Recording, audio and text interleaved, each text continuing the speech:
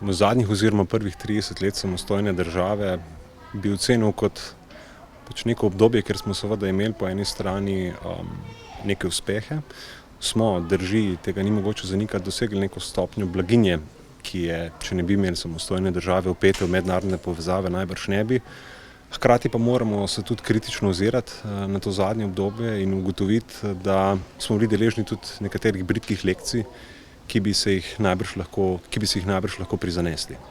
Tisto, kar predvsem navdaja z skrbjo, je, vsaj z mojega stališča, neka postopna erozija javnega.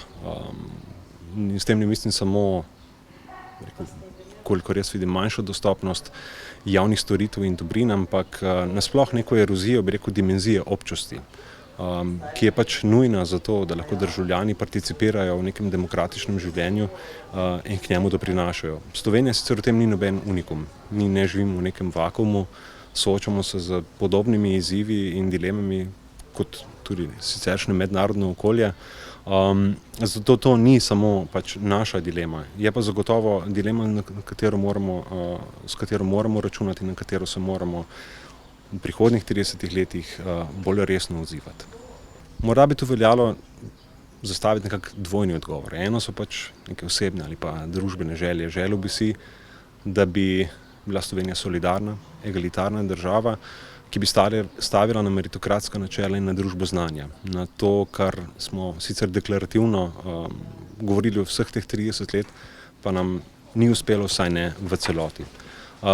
Drug del odgovora pa bi mogoče zastavil, težko je napovedovati ali biti prerok. Zadnjih 30 let pokazalo to.